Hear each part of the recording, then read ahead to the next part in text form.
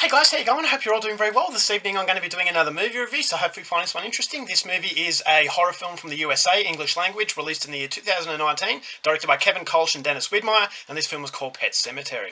So Pet Sematary follows the life of a young family. You've got a doctor, his wife, a young son and daughter, and they've just recently relocated to a very remote community in the middle of nowhere. So they're situated between some woods and a very dangerous stretch of road that is populated by speeding trucks.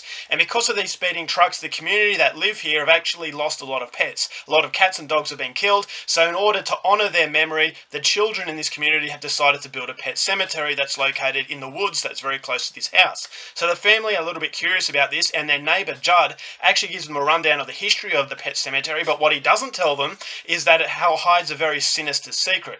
So when the family cat named Church gets run over by a truck, the father wants to bury him in the pet cemetery, but this is where Judd actually tells the father something that's surrounding this graveyard that I'm not going to tell you about. But basically the father follows Judd's advice, and unfortunately that advice is going to lead to grave consequences, because the nightmare surrounding the pet cemetery is about to have a direct impact upon this family. So then their lives are going to go into a living nightmare, and whether or not they can get out of it is something you're going to have to find out for yourself, because that's as far as I'm going with my synopsis. Now my thoughts on Pet Sematary. This is one of the most highly anticipated movies of 2019. This is actually a remake of a horror classic that is one of my favourite horror films ever.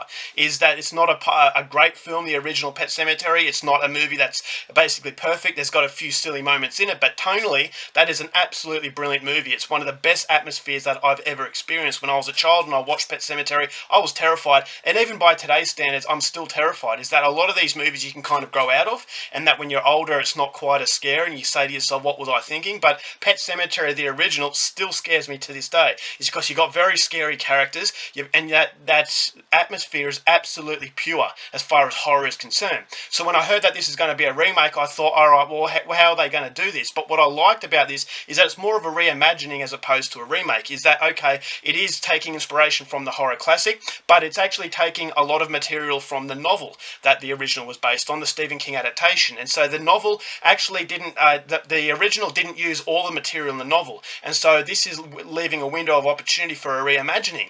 And this is the trends these days, which is very encouraging, is that Suspiria did it, and Suspiria is based on Dario Argento's classic, but it's actually a life of its own. And so yes, you are taking inspiration, but I think the highest amount of respect you can give a horror classic is to make your own sort of version of it. And so I thought, alright, well, this is exactly what they do with Pet Sematary, and that's the biggest positive to this film, is that the directors, they know that the original fans are going to watch this movie, and they do take you down very familiar roads, and that leads up to something that you know how it's going to unfold, but then at the last minute they pull the rug from under you and they take you in a different direction. So they actually have a lot of fun doing that, is that they're very aware that the viewers of the original are going to think that they're in control, and so the directors give you that control, but it's a false sense of security. And I think that they worked very well, because it leaves a lot of curiosity up in the air. Is that, okay, I'm watching something that I've seen before, but there are elements in it that actually make it very suspenseful, because I haven't actually seen this sort of this direction that they're actually taking. And so this is how to actually remake a film, is that, okay, you're not just a shot-for-shot remake, where if you've seen the original, you know how the remake is going to unfold. And unfortunately, a lot of remakes do that, is because they don't have creativity, so they've just got to capitalise on something that's been very successful. But Suspiria is not a brilliant film, but at least there it's a reimagining, and Pet Sematary is exactly the same sort of thing. So is it as good as the original? Sadly, no, it's not. I still wanted a lot more from this film, and there are a few reasons why I didn't like it as much that I'll go into a little bit later. But what I liked about it, as I said, it's that reimagining. It's something that is has a strong purpose. It's there to exist for a very solid reason, and that reason isn't just to cash in off the fan base of the original, but actually take a new leap into this mythology that is created by Stephen King. And so the movie is creepy. I thought the production levels were very polished, and that's ultimately a negative as well, which is something, again, I'll go into a little bit later. But there were some set pieces that I thought were fairly well done, and the last quarter of this movie I absolutely loved. It really goes down all guns blazing as far as horror is concerned, and I thought the end of the movie was fantastic. It was actually better than the original, the way that it finished. And so I thought if the original finished the way the reimagining does, it would have been even better. But yeah, just the way they capped this off, I thought it was very, very more morbid, and the whole story is very morbid, and that's what I love about Pet Sematary, and that's what I love about this movie. It doesn't have that happily ever after sort of fairy tale feel, and that's something that you need from a horror experience. I thought the acting was decent. You got Jason Clarke, who plays the father. You've got John Lithgow, who plays Judd, the neighbour. So I thought, all right, well, the script is not brilliant, but at least it gives you characters that you can kind of relate to. I thought they were a little bit bland, these people, in this film, as opposed to the original, but that's something that, I guess, you can't have everything. And there are some horror set pieces that I thought were absolutely freaky, and basically freaky is the nature of Pet Sematary, and so that's something I liked, and it never really gets boring. But as I said, it's the curiosity that the reimagining actually takes, and it's the approach that they take in actually giving you that sense that, okay, we're going down a familiar path and you know what's around the door, but then all of a sudden you don't know what's around the door. And so I always felt as though the directors were very self-aware of that, and that's what I really appreciated about it. But unfortunately, the movie is just nowhere near as good as the original because it loses that tone that Pet Sematary is. And I think the reason why it lost that tone is because it's a cinematic experience. Now, the original was very downbeat and dreary. It had a feel of a made-for-TV film. And a lot of these Stephen King adaptations in the 80s and 90s actually had that feel, and it was actually a kind of like a genre of its own, a subgenre of Stephen King adaptation, is that they had a cheapened sort of feel, is that the original Pet Sematary was very dreary, it was lacking in colour, and it just felt very dirty, and it felt extremely uncomfortable.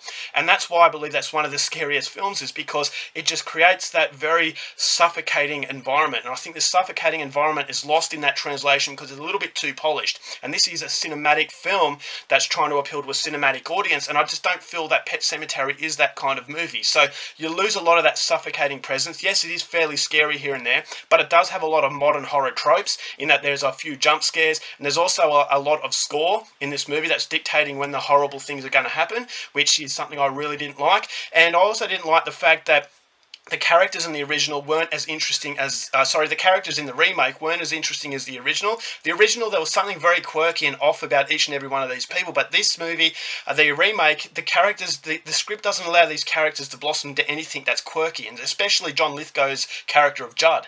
He was nowhere near the character of the originals, because the character of the original, just the way he talked, it was just something very off about it. And so I thought it created an environment that was just very off-putting, whereas that environment is lost in this movie. And I just think it's down to the fact that it just has too much money going behind it. And I know that's not necessarily a bad thing, having a lot of money, especially as far as horror is concerned. And recently, a lot of higher budget horror films have made a name for themselves, which is something I think we all can encourage and all can be happy about. But I just felt as though the polished feel to this movie went against everything that I loved about the original, and so it didn't have that grotty feel where I just needed to have a shower after watching it. And another criticism of this movie was the simple fact that the character of Zelda isn't used enough. Now, Zelda, she is an absolutely terrifying character. She gave me nightmares as a child, and I still have to sleep. I basically turn a light on whenever I see her when I rewatch the original these days. Is that character in particular was absolutely horrifying, and just the way that she looked, the way that she